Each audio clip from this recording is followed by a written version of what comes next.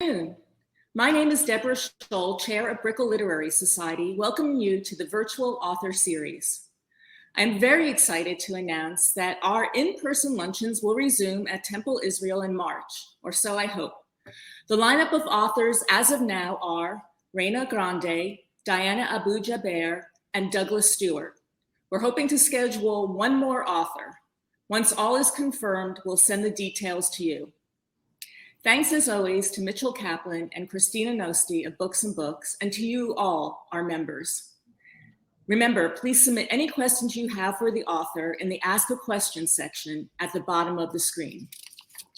My friend and board member, Deborah Frank, will introduce today's author, Bernardine Evaristo, who will be in conversation with Miami's own April Dobbins. Deb? Hi, everyone.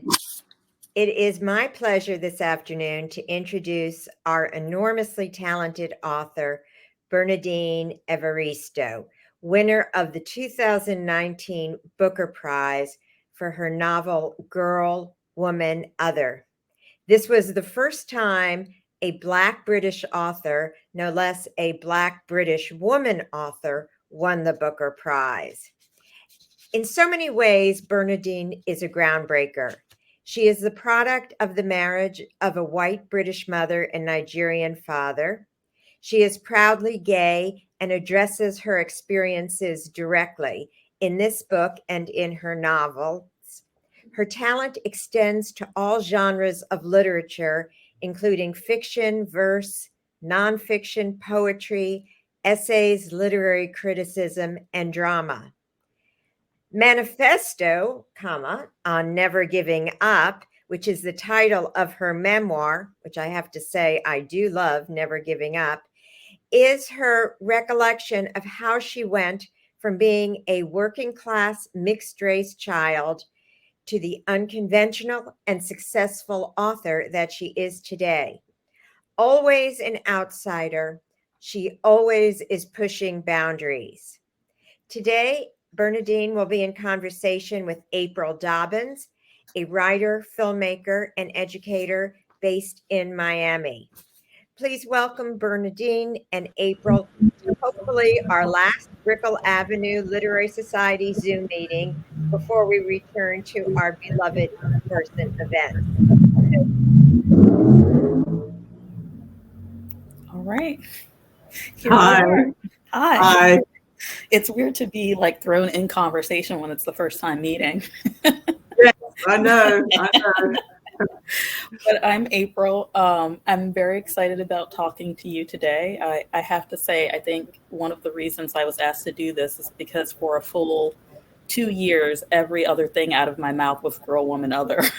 and as soon as someone said book, girl, woman, other, recommendation, girl, woman, other. So I'm thrilled about this. And I guess I would just sort of like to start out by talking. Well, one, I read the memoir and I was just felt like, oh my gosh, there are so many entry points. Mm-hmm. Like there's so many different. I want to start with epiphanies first, because that seemed to be like one of the themes. Like when you write about Laura, which is like this fictionalized exploration of your family history, your mom and dad's marriage, you write about these epiphanies that you had through the writing, how you became, in a sense, closer to your relatives by sort of like delving into those characters and being able to understand more where they came from. So I'm curious to know, like in writing a memoir, which I would assume is different in a lot of ways from writing fiction, what were the things here that maybe opened your eyes or that surprised you? Like what epiphanies that you have, if any, in writing this book? Yes, just to say thank you to the Brickell Literary Society for hosting this, and to you for talking to me about my work. Also, just to say I'm not gay. If I was, that would be absolutely fine, but I'm not. I had a period in my 20s when I was a lesbian, but I have been straight for the rest of my life. So I think writing a memoir is is self-interrogation, as I call it, a massive act of self-interrogation. And even though I was writing about what I knew about my life, and I go back to my childhood and go through different aspects of my life, the act of actually writing it all down in a book form, and I say this because I have written essays, occasional essays about my life, various aspects of my life, writing it all down in book form, it was also an act of revelation, because I was for the number of for the period of time that I was writing the book, I was really thinking very deeply about myself, my past, the way in which my past has shaped me, the decisions that I've made that have been part of this sort of creative journey that I've been on, and and I think I was constantly having epiphanies. And even the fact that, as you mentioned, I felt closer to my relatives when I fictionalized them in Lara, even that was an epiphany, writing that. And Lara is a verse novel about my family history, fictionalized, originally published in '97, and then published about 10 years later with new material. And I go back, how far do I go back? I go back 150 years or so into my family history, and trying to become my ancestors, trying to step into their shoes and imagine their lives and speak with their voices as I imagine them, which is, as we know as writers, an act of ventriloquism. It did connect me to them. And so the bridge between me and the past was closed. And also, writing a memoir is very, very different to writing a novel. It was a lot easier, I have to say, and that was really interesting. Really? Because, well, for start, I'm writing it in my voice. As a writer, obviously, I have my voice as a writer, which is a very broad thing and a very particular thing. But also, I write in the voices of different characters, and my novels they're all shape-shifting. They change according to the story I'm telling, and so on. I'm not a consistent writer in that. I don't know if you can recognize my work actually from one book to the next. So I'm becoming other people when I'm writing my novels, and I dig deep into my characters. Whereas this was me digging deep into myself, and I was writing it in a very conversational way, as in, this is how I speak. I wanted it to be very natural and very relatable, as if I'm drawing people into my life and telling them about some of my life and my secrets and so on and so forth. And I don't really have to do any research. And my novels tend to be well researched because it's my life. So what am I going to research? The research as such is really me thinking back to the past and analyzing it. I didn't have to think about story structure. Yes, a memoir is a kind of storytelling, and I do have a kind of perhaps an unorthodox story structure to the memoir, but it's not the same as developing characters over whatever period of time a novel is in, and thinking about scene setting and dialogue and descriptive detail and relationships and all of those things. Although, as I say that, yes, there is some of that in the memoir, but it's not the same. And so it was much more straightforward, much easier to write. And also, I had been talking a lot about my past and how I've been shaped by my past and my creative life, a hell of a lot since I won the Booker Prize. So it was all kind of uppermost in my mind. And so it was a really interesting exercise, and I really enjoyed it. And I'll probably write another one in about 25 years' time. Oh, that was going to be one of my questions. So how long did it take you to write this? Not that long, under a year. 3 weeks? My book Not 3 weeks. It take maybe 6 years. So it feels, if I say it was under a year, that it's, I don't know, somehow I'm placing less value on it. If I didn't sort of sweat, away in my turret for decades, but I didn't. It just kind of flowed out of me, really. And did you start it pre-pandemic? No. Right in the middle of the. No. Wow. Okay. So that's interesting. So like for me, the thing that I sort of assumed as a reader, and just after sort of going through your childhood and like your family life and like all of your experiences, was that this was like a really difficult thing to do, right? As opposed to like writing fiction. And part of that was sort of like the need for privacy that you sort of like expressed at certain points of time in your life. And one of the things you wrote was that in college you explore poetry as a means of self-expression. And on page 64, you wrote, "I never showed those early poems to anyone because I wasn't writing for anyone but myself. And the idea of sharing my inner musings with other people horrified me." And so I put, "and yet," exclamation point, "we are here at this memoir." So I guess for me, I was just thinking like, what changed? What sort of like sparked this need to shift into memoir? Yes. And also, I mean, this is another question that I'm sort of tagging on to that because I don't know if these things are related. Like, what do you wish that you knew before winning the Booker Prize? That's like a big one for me. Ooh, let me answer the first one. What happened was 40 years. So when, I wrote the memoir when I was over 60. So 40 years happened. A lot happened in that time, as is evident in the book. So I went from this person who I felt that I was very private when I was younger, definitely. Also, I think you can be very vulnerable and sensitive, and you're not fully evolved, when you're 19, 20. And I actually went to a drama school, at that time I started writing poetry. I think it was at the time when I went to drama school. And that is about revealing yourself. And I was never that comfortable doing it because I had quite a strong shield around me, having grown up in this kind of environment that I'd grown up in, and also kind of having grown up with a mother who had her protective armor because she married a black man and had mixed race kids and was facing hostility because of that. Probably every day she walked out with her kids, there was hostility. And then my dad, who had the protective armor as a Nigerian immigrant to Britain all those years ago, in late 40s. And I had inherited that as well as a black woman growing up in a white area. So I had this shield around me.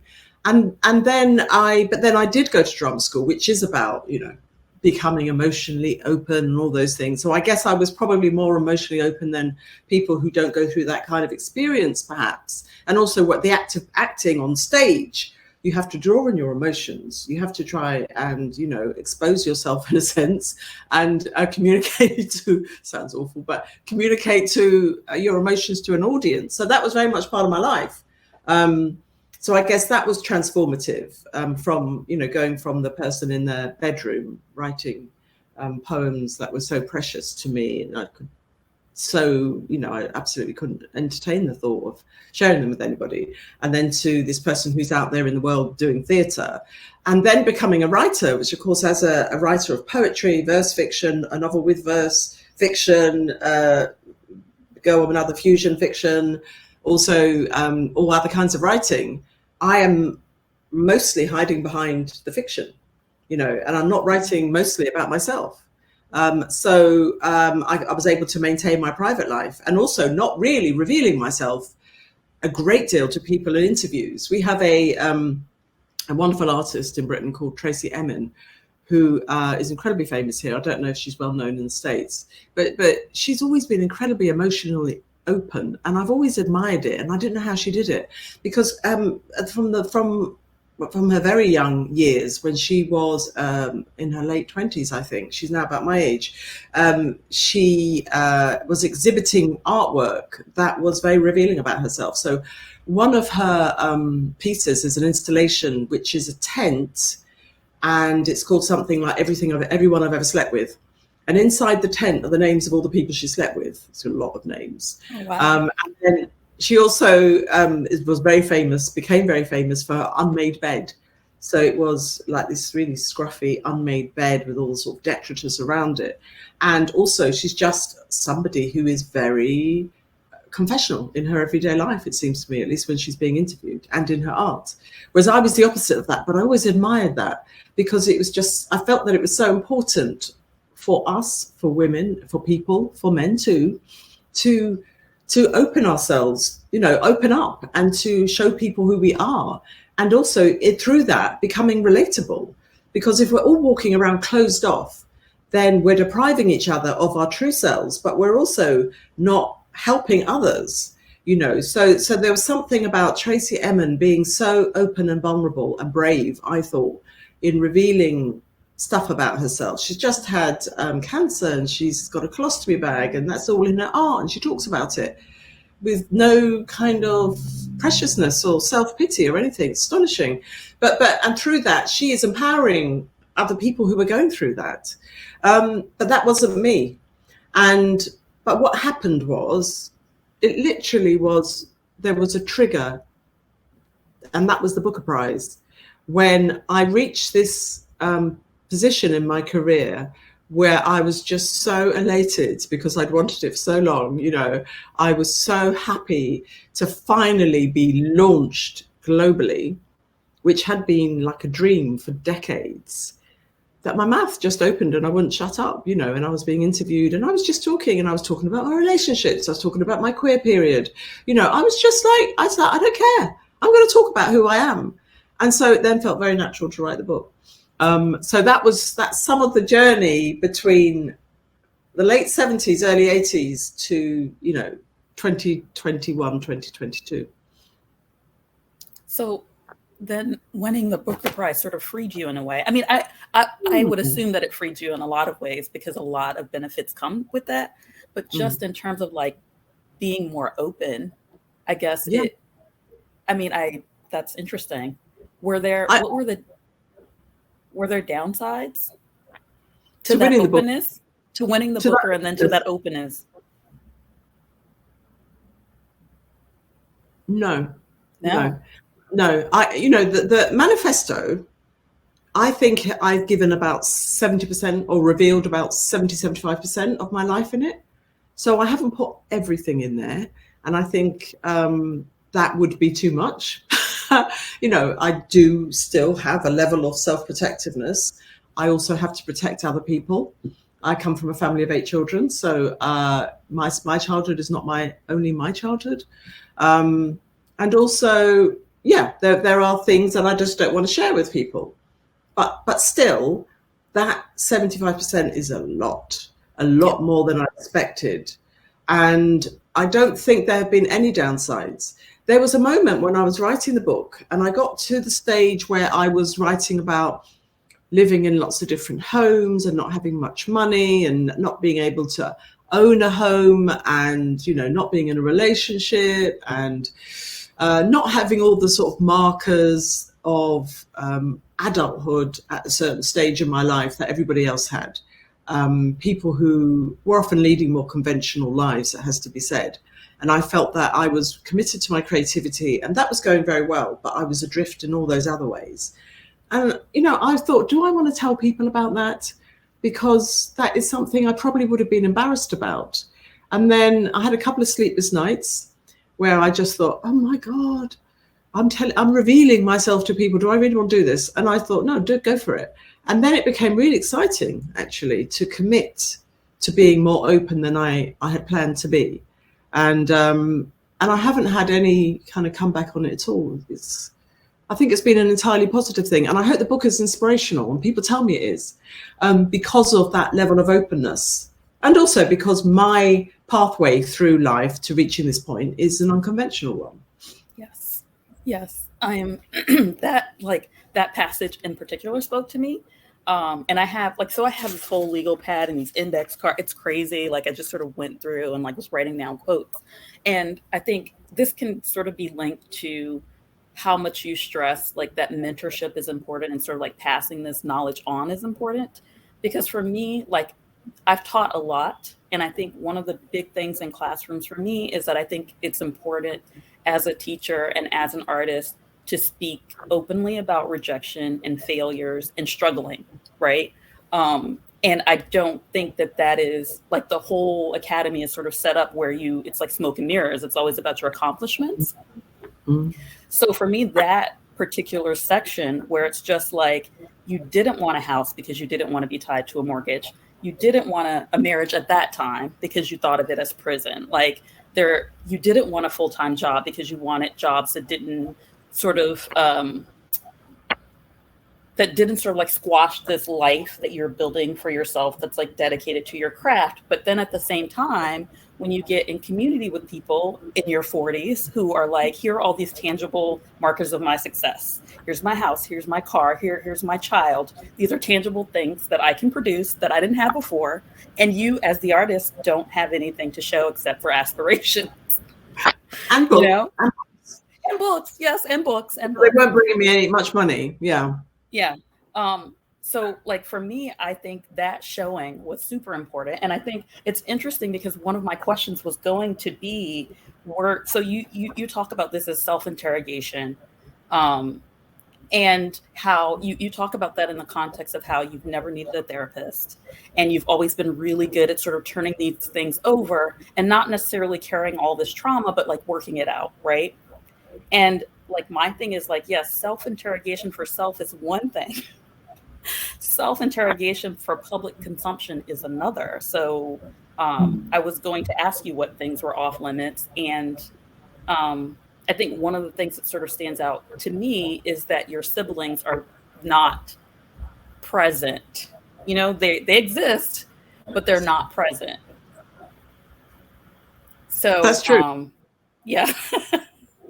Yeah, you have to respect other people's privacy. And I did show the family section at the beginning to a couple of my older siblings, because I just thought, I just want to make sure I'm not writing anything that they would be uncomfortable with. And my elder sister said, love it, go for it. I don't object to anything. And then the other sibling said, I really don't want people knowing this, this, and this. Mm-hmm. So I respected their feelings, and so I extracted that. And it really hurt, actually, because as a writer, storyteller, you want to put in those dramatic things, shocking things, some of the hardship that one might go through as a child. And I just thought, oh no, that would have added, if I'd have kept those things in, it would have really added to the story of my childhood. But I took them out. But I was also very aware that this is my perspective at this stage of my life on my childhood.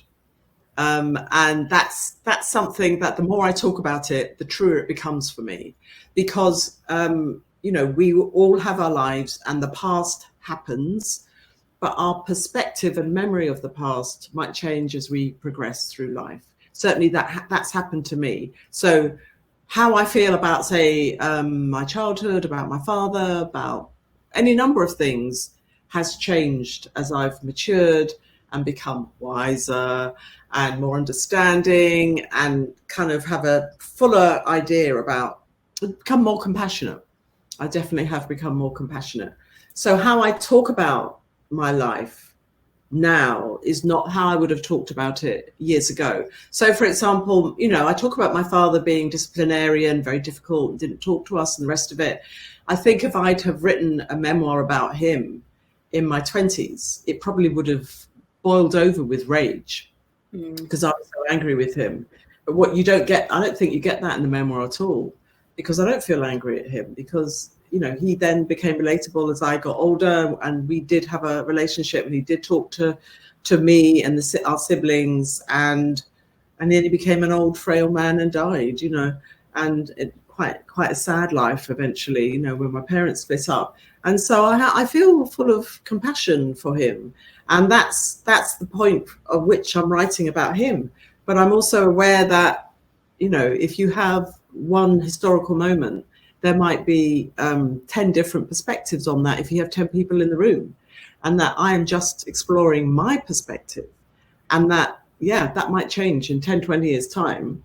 My perspective might change. It's very interesting. It's very dynamic. I think people think history is set. It's fossilized. It's there. It existed. But actually, how history is brought to us is through people's perspective. And I'm talking about historians there, for example, but also just through people's anecdotes and stories and ideas about things that happened in the past. So it's all really interesting territory, I think. Did I answer that question? Yeah, you did. Oh, good. I wanted to ask you, so, I mean, one of the things for me in reading that I was sort of impressed about is, I think, like when you're writing memoir, I would imagine, can be sort of therapeutic to talk about these people and explore these relationships in which someone has wronged you, right? Like I'm thinking about the 19-year-old who moved into your apartment while you're away, like I'm thinking about the mental dominatrix, like you're delving into these experiences that have shaped you in a way. And at the time were extremely like negative or abusive, emotional. And there are moments where you reveal something that's happened and you say, well, I didn't realize that this has affected me the way that it did until now, like that I'm writing about it.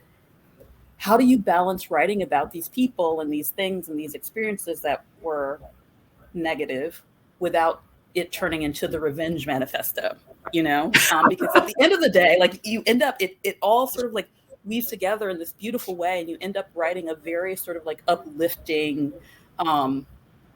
book, but it could have not been that way. And so I'm just wondering like what advice you give to like emerging memoir writers about that balance. Yeah, I mean, I think there might be one or two people out there who do think it's the revenge manifesto. Should they ever read it, like the mental dominatrix, God forbid, who came and heckled a show that I did, a gig that I did, about 16 years ago. But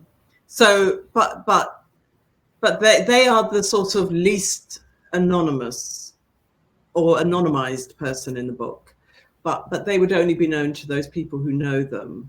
And with the other, say, for example, the other relationships, I worked really hard to disguise them in some way or other.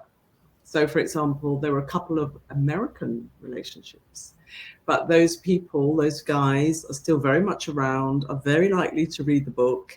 And so I was not going to give people any clues as to who they were. And they probably will recognize themselves, but I had to disguise them while still staying true to the situation that I had with them.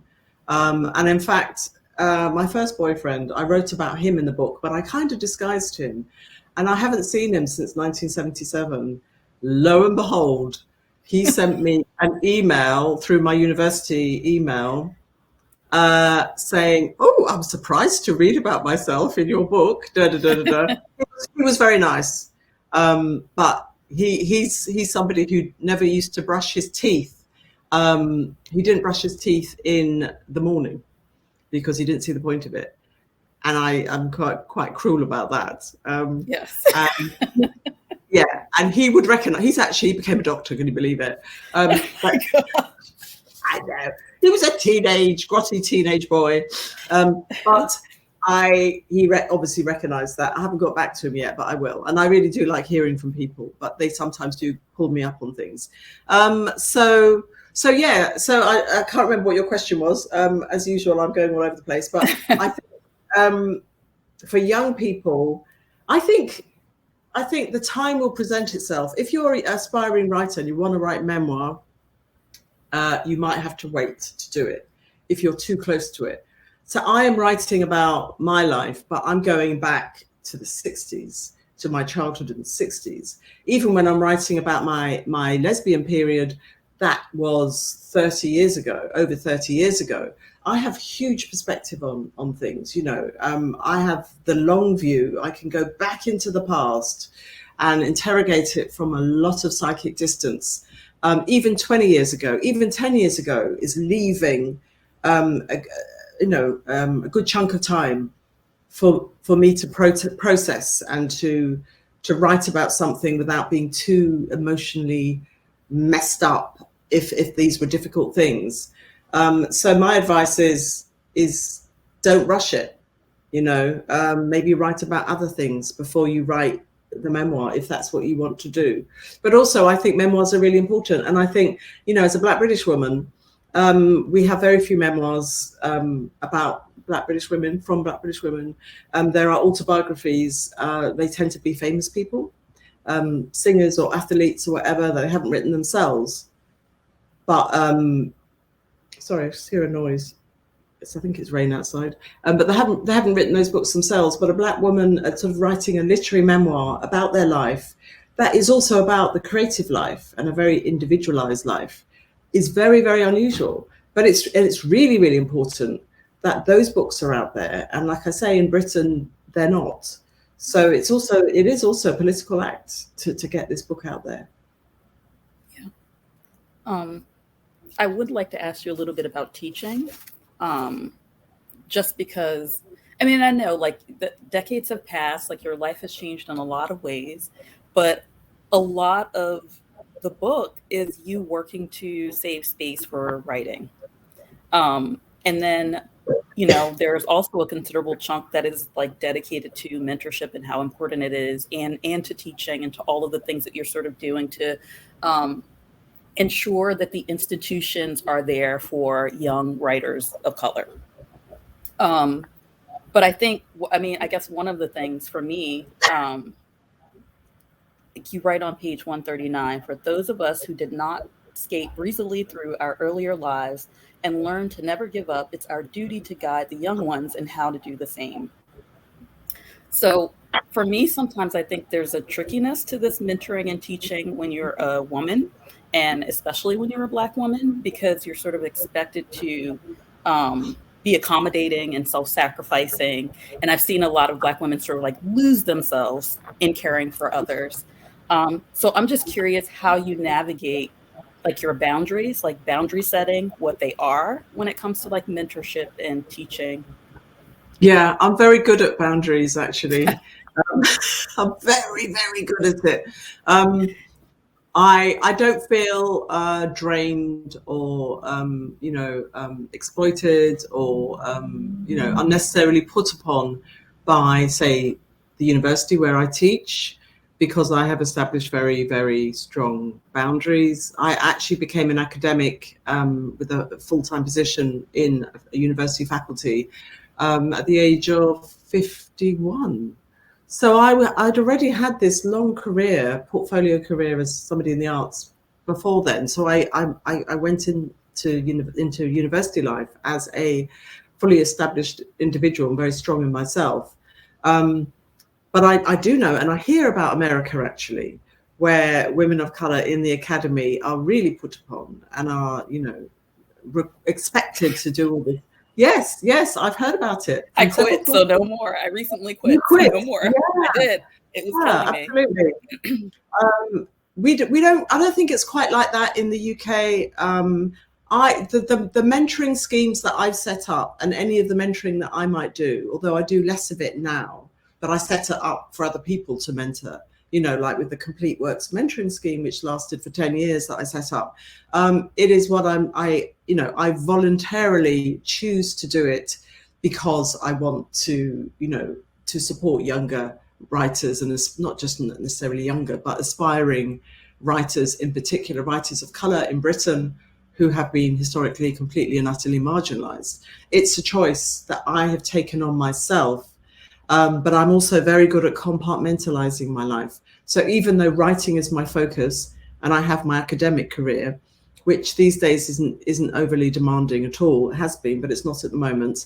And I also juggle I'm always juggling lots of things. I have judged and chaired many prizes, even set one up myself. I've been a literary critic. I've taken on all kinds of commissions, as well as writing my books and touring. I've done a lot of touring all over the world as a writer. So I'm always juggling these things. And the mentoring aspect of that has been a part of that. But I have never allowed it to, to overwhelm me. I've definitely been able to juggle it. And I think it's also really important. And I think the problem with Britain is that I don't think we fully understand sometimes the importance of mentoring and the importance of passing on. And I think maybe we're a little bit too selfish sometimes, and especially for people of color in this country, where you are minoritized in so many ways. You need to help the younger people navigate the systems, whether it's the publishing industry or whatever other, field. And so, I try to lead by example with that. Who were your mentors, and what do you think their best qualities were? I know there was John from the youth theater, like you mentioned Oh, him. John Borraldi. John Yeah. Borraldi. Yeah, he was, I guess he was a mentor. He was, I went to the youth theatre, Greenwich Young People's Theatre from the age of 12, and I was there. I spent my teenage years there, loved it. And John Borraldi was a guy who came in from, oh my God, was he Canadian or American? I think he was American. And, you know, an American in Britain in the 70s was quite something, because you know, the world was smaller, right? You know, we didn't have access to this thing called the internet. It wasn't even around, you know, and so it was just on television or film. Maybe musicians would come. If you were lucky, you'd go to a concert, which I never did really. So, you know, to actually have a real live American in your vicinity at the youth theatre was incredible, and he was incredible. So yeah, he was a really important mentor. And then I guess I've never thought about having any kind of somebody who's like been a consistent mentor to me, but there are definitely people who have come into my life who have helped me in all kinds of ways. I tend to think of the people who have mentored me as the writers who inspired me. And of course, they didn't know they were mentoring me, but they were. They were the ones who enabled me to become a writer. I was a writer in a world where Black writers did not exist in the UK, and then African-American women writers in particular came and spoke to me. Their books were published in the UK, and it suddenly became possible for me. And I would read books about them, you know, so Audre Lorde, obviously, Sister Outsider was really important, you know, and also a book called Homegirls, edited by Barbara Smith, which was an anthology of Black women's writing, poetry, non-fiction, fiction. You know, it was like listening to their voices, and they were a generation older than us, and they were talking to us. Also, Black women writers at work, which I think somebody needs to publish a new book along those lines.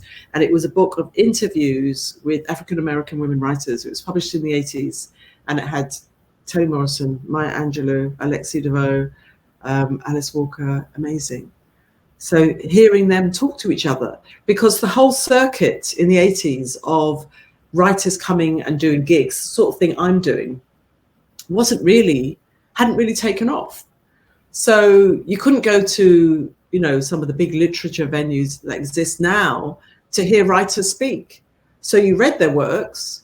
The Black writers in particular weren't interviewed in the papers because papers weren't interested. So you were just reliant on their works, the books that they published.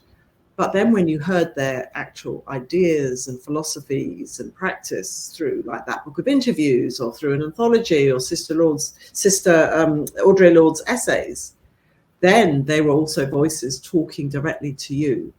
And in that way, I think they were then kind of like my secret mentors. That makes sense. So I kind of wanted I wanted to ask you a question, and this was just something in my head. Like, your father figures so prominently, and to me, there are some really like poetic things that you write about him, but you also write a lot about how you're alike, and how you have a lot of similar qualities. You write that he never saw himself as a sufferer, a victim, but as a fighter who gave as good as he got. And then you say, I'm the same, although my battles are fought with words. There's so much about like identity, you know, even with your chapter titles, right? And I think for me, one of the things about your father that you wrote that sort of like stuck out to me was how you're listening to a tape of his voice, and you didn't realize that he had an accent until you're 30 years old listening to this tape of his voice. And I think a lot reading about like maybe some of that loneliness and isolation that he felt being who he was, where he was, and having the responsibilities that he had. And I think there's one thing you mentioned about how he slept with a hammer by his bed even after he didn't need it anymore. And I thought, what a perfect metaphor for being an immigrant in the UK, in the US, where I guess you just don't feel protected. But one of the things that I guess I'm curious to know about is your father ended up going back to Nigeria, I think you said in the 90s, but you don't write about what that experience was like. So there's like this sort of like looming absence for him and for you, because you're not sort of connected to this place or your relatives there. And then he goes back and you go with him. How was that? And why was that, like, why was that sort of not revealed, I think, what that experience was like? Oh, I didn't think of that as an absence. I guess because the book is very controlled, you know, the narrative, I'm not really expanding on a lot of things. I'm keeping it very, very tight. But also I did fictionalize it in my book, Lara, all those years ago, the experience of going back to Nigeria with my dad. It was... Sorry. Is that fictionalization in Lara reflective of the reality? Yes, it is. Okay. Yes. So it's hard to know. Yeah. Yes, so it definitely is. So anybody reading the first chapter of Manifesto and who has read Lara will recognize a lot of the story that I talk about, the family story. It was amazing for me to go back to Nigeria, first of all. And I went back with my cousin in 1991. Was it 92? 91. Yeah, 91. And my father had left in 49 and no member of the family had gone back in the intervening years. He couldn't afford to go back. So, you know, he didn't tell us anything about Nigeria, anything about his Yoruba culture, didn't pass on his language. So it was a big chasm. I go back to Nigeria and have this incredible experience of finally being in the homeland as I saw it then. And being called Oyinbo, which means whitey, by kids on the street, whitey, Oyinbo. And then a year later, thinking, you know, the relatives remaining said, you've got to bring your father back. So I brought him back a year later. And it really helped me understand him, because he had been uprooted from his childhood home at the age of whatever age he was, because his birth date kind of changed according to whatever. But, you know, he was young. He was like 19, maybe 20. He left his homeland for a completely alien culture. And also having been sold and brainwashed into the myth of Britain as the motherland and as this incredible place, this kind of utopia. And then he arrives and he's confronted by the terrible racism of those early years. And that then shapes him. And like you said, you know, sad and lonely, you know, it's like, what was that like to leave this incredible culture that he'd left behind, this incredible climate, this kind of society where everybody's in everybody else's business, the streets are never empty, everybody's selling things on the street. It's just activity all the time, so full of life. And many ways very warm, also quite angry. You know, Nigerians are very loud and volatile, but also very warm and dynamic. And so he'd left that behind. And I realized when I went there that he'd left it behind. And then when I saw him back there, and he was like, he was back in his natural habitat, for want of a better expression, you know, and he was like walking on the street and chatting to people. And of course, that's not how we roll in London, right? You don't just walk along the street and chat to people. Everybody's kind of boxed in, really. And so suddenly he became this open person and at ease in his natural environment, which he'd left behind 44 years ago. And it was a real transformation, it was a real transformation of who he was, but also a transformation of my understanding of him, because I realized what he'd lost. And yet at the same time, he couldn't go back and live there because he spent 44 years in London, and the culture in many ways was so familiar to him, but also so different to the country he'd left. It had been part of the British Empire when he was a child, and it still was when he left. And, you know, Lagos is hard to navigate. It's you know, it's full on. So he couldn't go back there. So he comes back to Britain, and, you know, he's separated at this point from my mum, and, you know, kind of retreats into himself in some ways. So, yeah. it was really fascinating. And I've been back a few times since, and I love being back in Nigeria. And they claim me as Nigerian when I'm there, which I don't mind, but I am really very British. But it's a strong part of my identity, even though I'm not really deeply rooted in Nigerian culture. And you still have family there that you visit? The family who were there, no, I haven't got any more. There were only a few very much elder relatives, and they've all passed on now. Yeah. Mm. Oh no. We have so many questions from the audience, and I don't know we'll get to all of them. You've been doing it's been a great conversation, but we want to give some of our members a chance to ask you some questions. So, as you examined your life, did you find yourself revising yourself to fit your narrative? Yeah, like I said, I don't know if I would say I was revising myself, but I was understanding myself differently as I was writing the book. I'll just give you an example. As I wrote the book, and I wrote about staying in this really toxic relationship for 5 years when I could have left. It was a psychologically abusive relationship, but we'd say coercively controlling now, but I don't think we use that term then. But I could have left, but anyway, I didn't. And then when I think about the years I spent writing some of my books and spending years on, particular manuscripts and then throwing them away and starting again, I realized that I'm very stubborn, which I kind of know, but I also don't always take the best route. I should sometimes just leave things and go in a different direction. And I don't always. And that was a new understanding I had of myself. Okay. I don't know what.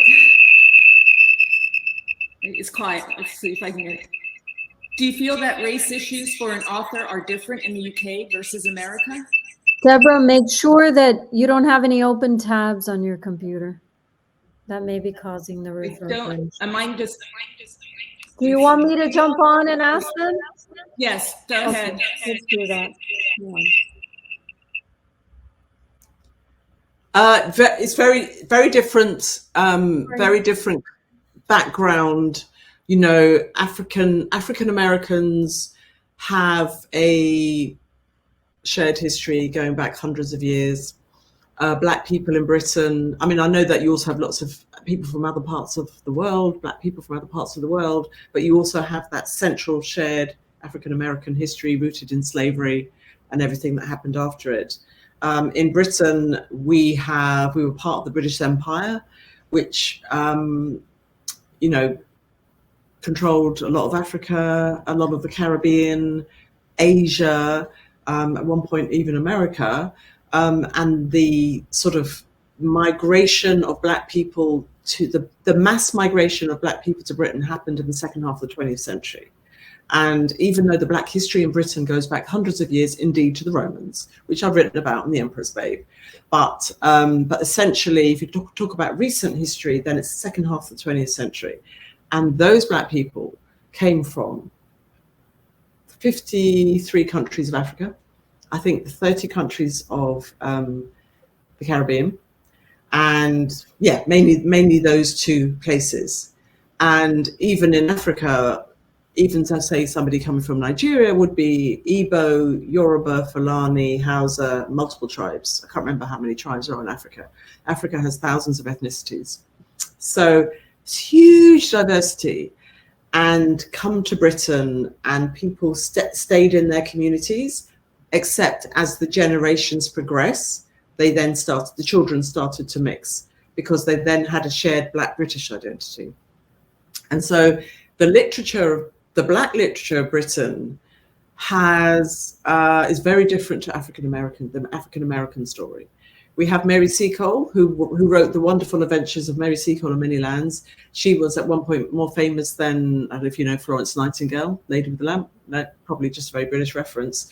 But Mary Seacole was a Black Jamaican woman. Actually, she was mixed race, who wrote a memoir in 1870 something, I think. And she was one of the early trailblazers as such. But actually, you know, in the middle of the 20th century, you then had mainly Black guys from the Caribbean who came to Britain, and they published books here, usually books about the Caribbean. And then you had my generation, called the second generation, publishing books more about Black Britain. And now we have subsequent generations. But the publishing industry in Britain has been almost exclusively white. And for most of that history, deeply uninterested in Black British writing. And it's only starting to change. You know, I'm one of the few really established Black British writers in existence who has had a long career. I'm one of the few exceptions.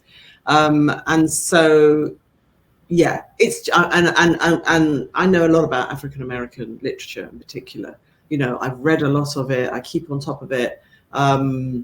Not so much very recently, but certainly years ago.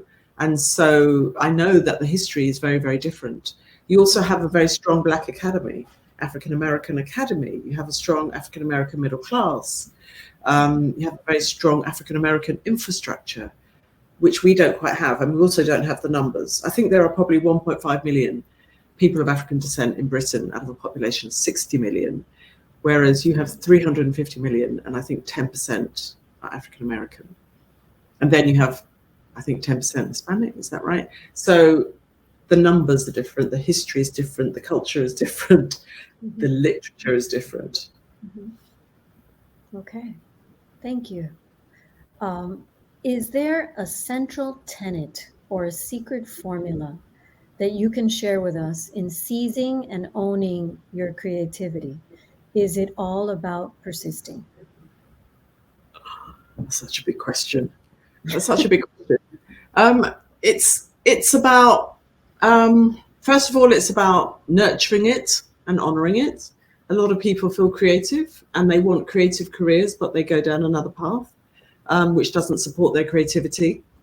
I have a friend actually who, very, very young person who went to a liberal arts college, beautiful artist, but actually is a management consultant because they don't want to go through the journey of becoming an established artist and not having the income and the rest of it. And that's a decision so many people make. So the first thing is, are you going to honor your creativity? And if you're going to find some kind of job, are you going to pick something that will now allow you to continue with your creativity, which is what I've done all my life. And so then it's commitment to it. You know, once you've established that this is your passion, this is what you want to do, it's about your commitment to it and how you shape your life so that you can have a creative life. And unstoppability is part of that, because for many people, it doesn't necessarily bring financial rewards. It doesn't bring the kind of success you might seek. And you may have huge obstacles in front of you. And you have to overcome that to continue, to keep going. And so it has to be something that is deeply rooted inside you, that you have to do it. It's not just, something that you can't really be a dilettante if you want to be a serious artist. You have to commit yourself and embody it and then see where it takes you. And yeah, be persistent for sure. That's part of it. Well, thank you so much for your own persistence, for your dedication, for your books. We adore them. They mean so much to us. We're just so happy that you joined us here today. And April, thank you so much for your very incisive, thoughtful questions. Thank you to everyone watching. And we'll see you the next time, and hopefully it'll be in person. That's what we were hoping it would be this time. Yes. Thank you very much, and thank you for hosting this. And April, wonderful conversation. Thank you. Thank you. I enjoyed it. Everyone. Next time in Miami. Next time Yes. in Miami. Or Havana. Okay. Yeah, or London. I love London. Yes, or London. Yeah. Okay. Thanks very much. Thank you.